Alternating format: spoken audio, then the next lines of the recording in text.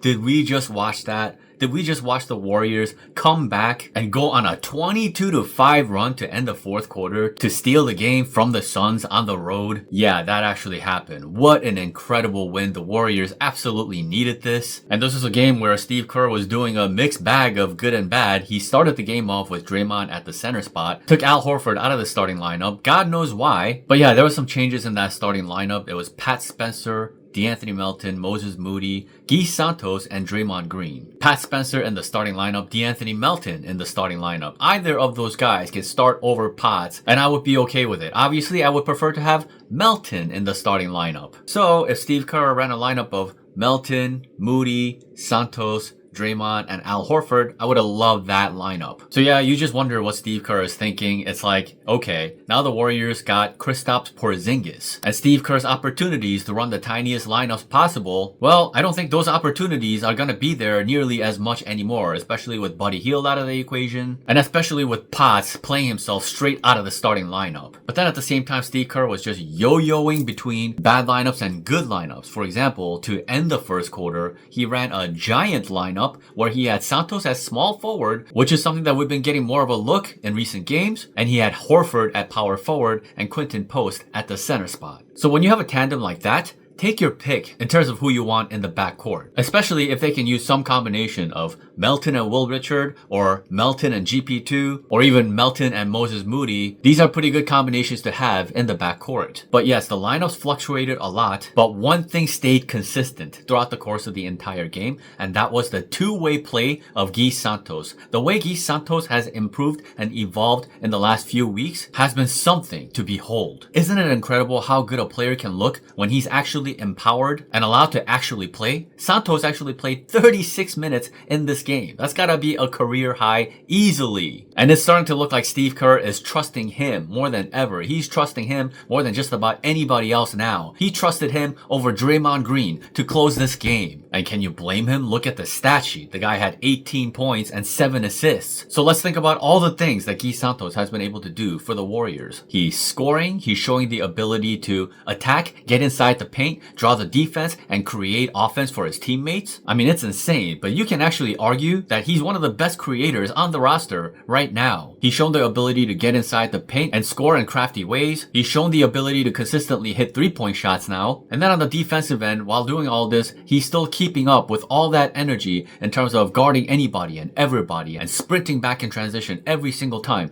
boxing somebody out every single time, going for the loose ball, going for rebounds every single time. I mean, this guy's conditioning is off the charts for him to be able to play this hard and be able to play 36 minutes and be this productive. I mean, now, which Santos is showing that not only is he one of the most viable players for this team off their bench, one of the most important players, one of the most indispensable players, now he's showing the capacity and the ability to give you two-way play as a starting member of the Warriors. So we have a lot of film room stuff to get to, but shout out to D'Anthony Melton, who started this game, led the team in plus minus, and most importantly, he hit one of the most crucial shots down the stretch in that fourth quarter. Somebody had to be reliable enough to be able to create their own shot down the stretch, and Melton came through just in time to come up with this incredibly clutch play where he gets all the way to the cup and finishes this tough layup. And Al Horford, man, Al Horford was a catalyst in that fourth quarter and absolutely instrumental in making this comeback. He had some critical buckets inside the paint. He hit a three-point shot. I believe he had 7 points in that fourth quarter. And he's holding it down defensively as the anchor of this team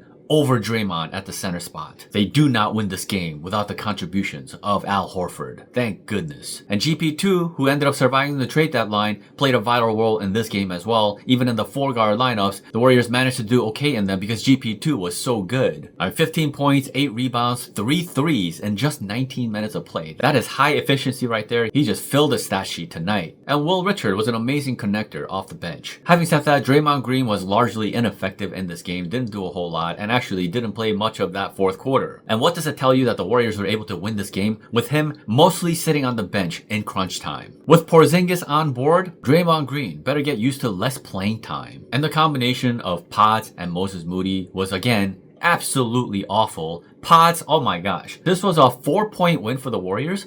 Potts was a minus 21. The next worst guy statistically was Pat Spencer, who was a minus 3. I mean, how is that even possible? Potts was unbelievably bad in this one. Apparently, he wasn't feeling well in this game. And my God, I wasn't feeling well either watching him play the game of basketball. But luckily for the Warriors, he was virtually unplayable in this game, and Steve Kerr actually only played him for 12 minutes in this game. Thank God. And even though it was a struggle in the second half of this game, Pat Spencer did a lot of his damage in the early going. In the first half, he scored 15 of his 20 points. So I think I covered just about everybody in rotation. And let me just say this about Moses Moody. Even though I didn't necessarily love what he was doing throughout the course of the game, and even though he was providing very little for the Warriors in terms of offense, down the stretch in the final 2 minutes or so, Moses Moody became a demon on the defensive end of the floor. If only he could play with this much intensity consistently throughout the course of an entire game, then I would compliment and appreciate Moses Moody, and then I would start fighting for him again. The level of energy that he put into on the defensive end of the floor down the stretch of this game, that's what he needs to do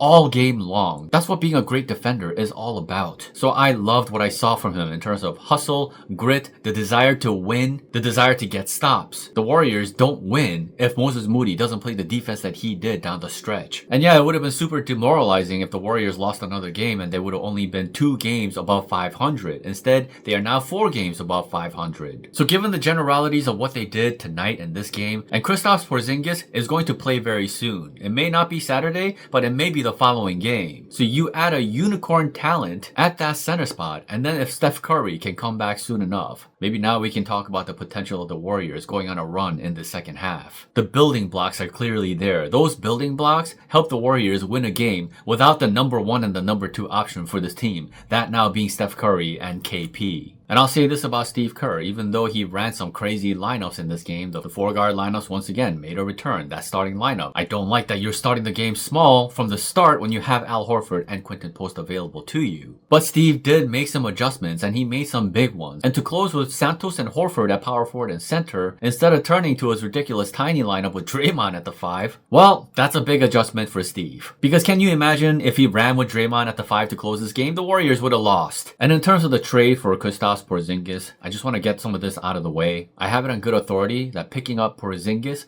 was more about a salary dump rather than actually hoping that he can join the Warriors and help Steph Curry fight for a title this season. That ultimately isn't the reason why the Warriors went and did this move. So regardless of whether Porzingis can stay healthy or not, and whether he can really help this team, if he is healthy, I do believe that he can. What's frustrating is the intentionality of the front office. For example, if they were still all in on Steph Curry, they would have gotten another wing player. They would have traded away Potts, and they would have traded away Moody, and they would have gotten back somebody like Andrew Wiggins by giving up some draft capital. Because see, in getting Porzingis, the Warriors didn't actually have to give up any picks. They actually gained a pick by trading away Trey Jackson-Davis. And there was some rumbling that the Warriors might not be done before the deadline, but ultimately they didn't make a move. And now they're stuck with having still way too many guards on their roster. I mean, just think about all the guards that played in this game. Pat Spencer, DeAnthony Melton, Moses Moody, Will Richard, GP2,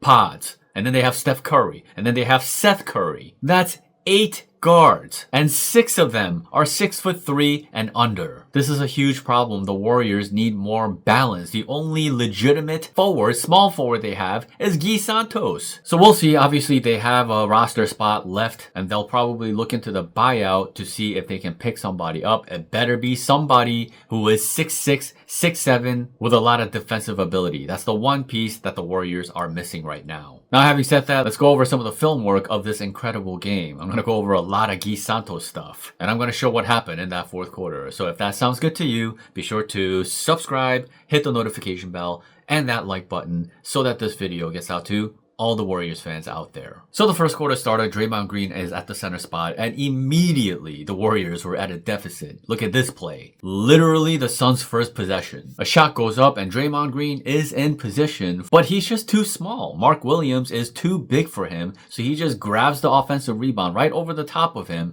and then just puts this right back up. I mean, talk about immediate defensive breakdown to start the game. And like I always say, there is no good reason to put Draymond in this position. All you're doing if you're Steve Kerr is making Draymond look worse than he needs to be. So now let's take a look at this play. Gui Santos does a good job of contesting this 3-point shot. The shot misses. And now it's on Draymond and Moses Moody to box out and grab this rebound. But the ball ricochets away from Draymond, and now Moses Moody is trying to box out Mark Williams. And I just don't understand, what in the world is this, Moses? That is a terrible box out, and the Suns end up getting an offensive rebound. And yeah, to start the game, this was a common theme. Once again, Brooks gets into the paint and misses this mid-range shot. And look at Draymond is boxing out Mark Williams, but Moses Moody is ball watching, and he's not boxing out anybody. So little Grayson Allen gets into the paint and tips this ball away from Draymond from getting the rebound. I mean, that's definitely less of Draymond's fault, and it's a lot more of a Moses Moody issue. But at the same time, if you're playing the center spot and the ball is right in front of you, you should be able to grab this rebound over 6'3" Grayson freaking Allen. And with about 5 minutes gone by, Gui Santos took a seat and GP2 came into the game. And now we have this tiny lineup of Pat Spencer, GP2, Melton, Moses Moody, and Draymond Green. So on this play, a shot goes up, the Suns miss, and now Moses Moody has to box out Dillon Brooks. And watch this play. This is a dirty play by Dillon Brooks. Surprise, surprise. He yanks at the arm of Moody. So now Moody is extra out of position and he cannot get to this rebound. I mean, the ref is right there watching this happen. Why is she not calling a foul against Brooks? He yanked on somebody's arm right in front of her. And the payoff for the Suns is Grayson Allen getting a wide open look from the 3-point line, and he knocks it down. And then Pat Spencer took a seat, Potts came into the game, and on this play, Draymond is communicating to Potts, hey, you can't guard Mark Williams, switch up. But Potts is late to react, and a lot of these guards on the Warriors are absolutely awful in terms of recovering out to a shooter and not being able to stay in front of that player. I honestly think Gui Santos is one of the only guys that can do this with any consistency. Actually, Quinton Post is also not bad at it. But yeah, imagine getting burned by Royce O'Neal, and now Draymond has to step up, and now there's a wide open lob for Mark Williams. But that's okay, because Gui Santos in that first quarter was absolutely incredible. And a lot of it went down when he came back into the game for the second half of that first quarter. But at the very beginning of the game to start, I really love the crisp ball movement and the decisiveness of the players on the floor. You see here, there's an initial pick and roll between Melton and Draymond, and then Moses Moody cuts in and out to the 3-point line, and it messes up the Suns defense. And now two are on Moses Moody. Moody dishes to Melton, Melton dishes to Santos, and now Santos dishes to the wide open Pat Spencer. And there's no thinking involved here. It's just snap, snap, snap, pass, pass, pass. And Spencer knocked down this three. He would go on to hit 5 threes in the first half of this game. But yeah, once Draymond took a seat in that first quarter, Santos made his comeback. And now there's a lineup of Potts,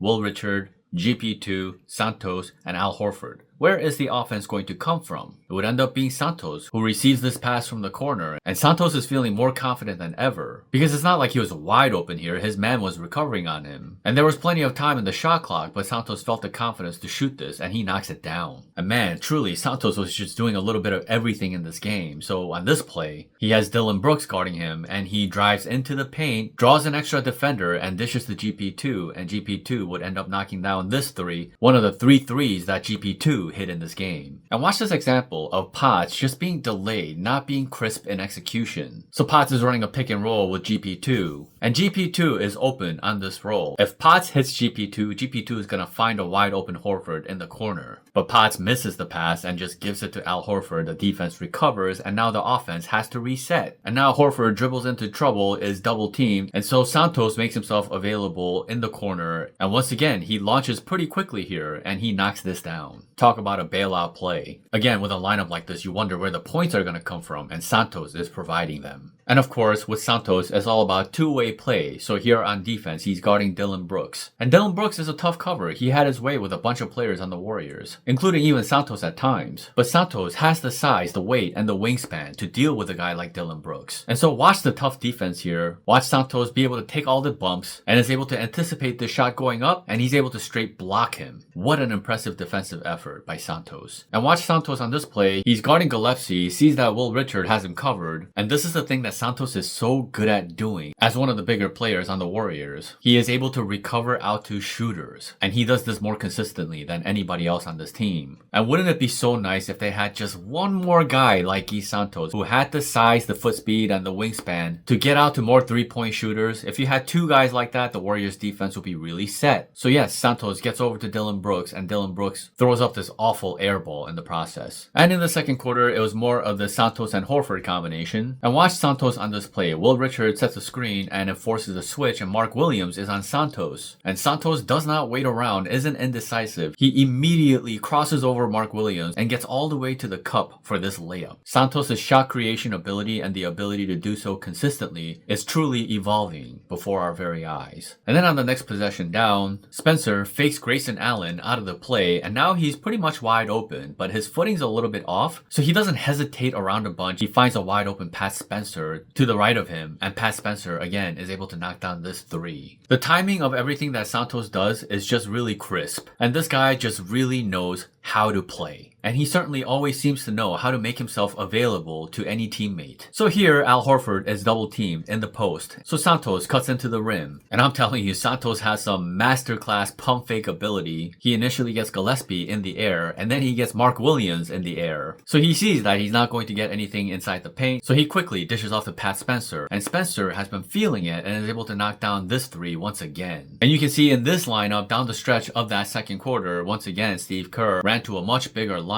So on the floor are Pat Spencer, Will Richard, Santos at the 3, Horford at the 4, and Quinton Post at the 5. Against bigger teams, units like this are going to be amazing for the Warriors. So there's a little pick and roll action between Pat Spencer and Al Horford. And once again, look at Gui Santos, not just standing around, he cuts over to the wing and makes himself available for an outlet for Al Horford. And once again, look at this quick trigger and the confidence that he's shooting with. So look at how many points that Gui Santos has been able to generate in this first half. Incredibly impressive. These are things that Draymond Green could never do consistently, especially with Steph Curry not available. And look at this possession here on defense. Mark Williams is setting a screen for Dillon Brooks, and Santos gets jammed up, but look at how he fights through it. Even if he didn't, you have Quinton Post ready to defend. But Santos' aggressiveness trying to get through the screen ultimately had the refs calling an offensive foul on Mark Williams for an illegal screen. And here's an example of a bigger lineup doing a capable job on the defensive end of the floor. Look at Al Horford sticking to a pretty explosive Jordan Goodwin. And Horford does a good enough of a job staying in front of him and does a good job contesting this three-point shot. The shot misses, and unlike Draymond, Quinton Post is 7 feet tall, good enough to box out and get this rebound over Mark Williams. And it wouldn't be a game without Al Horford hitting a three-point shot. And this was a big one. In the second quarter, the Warriors had a 4-point lead. With about 2 minutes left to go in the second quarter, the shot clock is running out. Mark Williams is right in front of Al Horford. And Horford is forced to launch this shot, and he's able to make it anyway over the outstretched arm of Mark Williams. I absolutely love how reliable Horford has been in terms of his ability to make that three-point shot, and do so with absolute consistency. And I mentioned the connectivity of Will Richard off the bench is a good example right here. Royce O'Neal drives on Pat Spencer, and Will Richard gets a hand in there and just strips Royce O'Neal. The ball goes to Gui Santos. Santos quickly dishes to Richard, and Richard gets all the way to the rim for this dunk. Boy, Will Richard's ability to get a hand on the ball is something else. I think this kid has a chance to be special by next season. And look at the size advantage the Warriors have on this play. Horford is taking a three-point shot, taking Mark Williams out of the paint, and now Quinton Post is inside the paint, and all these little guards in the paint cannot stop Quinton Post from getting to this ball, and ultimately the Warriors end up retaining possession on this play. How nice it is for the Warriors to have so much size and be able to get second chance opportunities like this. And in the third quarter, the smallness of the Warriors was starting to catch up to them, even though they had a pretty decent lead to start that third quarter. So look at here, Steve is using a 3-guard combination of Potts,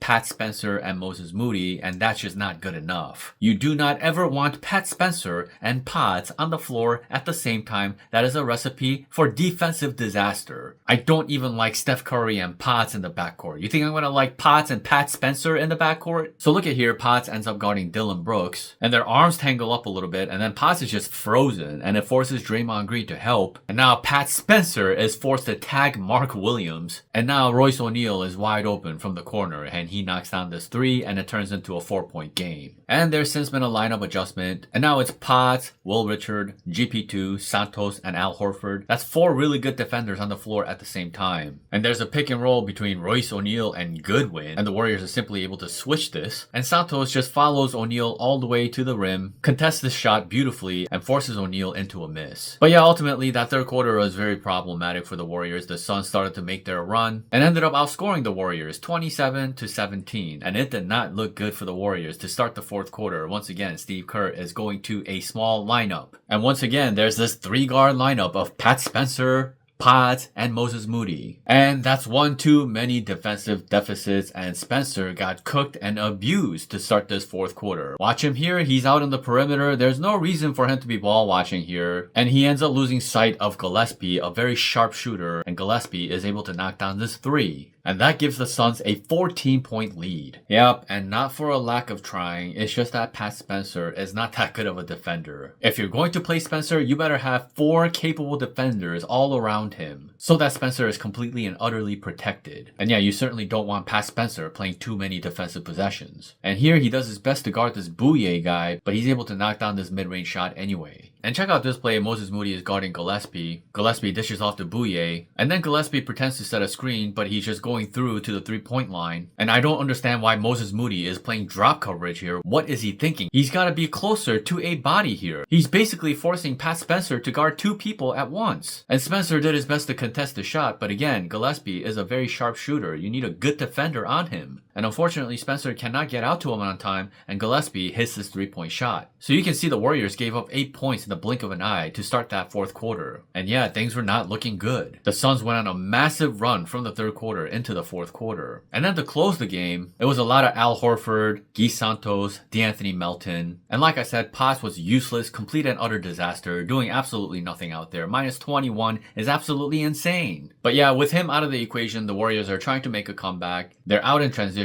The ball goes over to Al Horford, and Horford quickly launches this shot in transition. And it's nothing but net. And suddenly, the Warriors are back within 4 points. And look at him on this possession. He has some tough moments inside the paint against some of the guards of the Suns. They have gritty defense. But here, Horford is on an island. He is determined, and he fights his way all the way to the rim. And he's able to guide this one home. It should have been and one. And now the Warriors are within 2 points. Oh, and by the way, let me show you a couple of plays where I was frustrated with Moses Moody to start that fourth quarter. Like, look at him here. He's driving into traffic. He has no handles, and he instantly gets this ball stolen. That is just an atrocious turnover. And very similar on this play. He gets the pass from Santos here. He's wide open. Shoot the ball. But he's lost that quick trigger from earlier in the season, and he's taking a longer time to load on his 3-point shots now. So then the defense recovers. Now there's 2 on him, and he damn near loses this ball, but he dives and gets it back. And by the time he gets the ball to Pat Spencer, there's only 2 seconds left in the shot clock. Like I said, it may as well have been a turnover. But yeah, like I said, down the stretch in the fourth quarter, Moses Moody stepped up big time. So on this play, on defense, he's guarding Dillon Brooks, and he's doing a really nice job of staying in front of him and pressuring and preventing Dillon Brooks from getting a shot up here. So he dishes it off and ultimately gets the ball back, and now there's a switch with Santos guarding Brooks. And Santos also does an amazing job, actually pokes this ball away with 2 seconds remaining, and now Brooks is forced into this really difficult shot, and he bricks it. And Moody is there to clean the glass. And this possession on defense was very important. Every single defensive possession is important down the stretch of a game in the clutch minutes. And man, I do not think that Pat Spencer should be in the game at this juncture. Look at this shot that he ends up giving up to Gillespie. Gillespie is wide open for this 3-point shot. The Warriors are very fortunate that he misses this. And look at Santos doing everything in his power to ensure that the Suns don't get this rebound. He tips the ball away, and the rebound ricochets over to Moses Moody. Getting defensive stops and being able to rebound and gaining possession is how the Warriors fight and claw back and give themselves an opportunity to make a comeback in this game. And that's exactly what they do on this play. D'Anthony Melton drives away from Pat Spencer's screen and beats Jordan Goodwin. Gets all the way to the rim. Royce O'Neal helps, but Melton is able to finish anyway and ties this game. Unbelievable. And here comes the defensive play of the game. The Warriors must get a stop. It is a tie game. Melton is initially on Gillespie. The Suns force a switch. Moody is now on Gillespie. And Gillespie drives all the way into the paint. And Al Horford is there for the help. And it allows Moses Moody to recover and actually blocks this shot. And then Moody retrieves the ball, and before he goes out of bounds, he quickly dishes off to Gui Santos. And oh man, Santos is off to the races. He is sprinting down the floor. And Royce O'Neal is desperately chasing him down, trying to get a stop. But Santos is simply too aggressive, gets the position that he needs, and is able to get all the way to the cup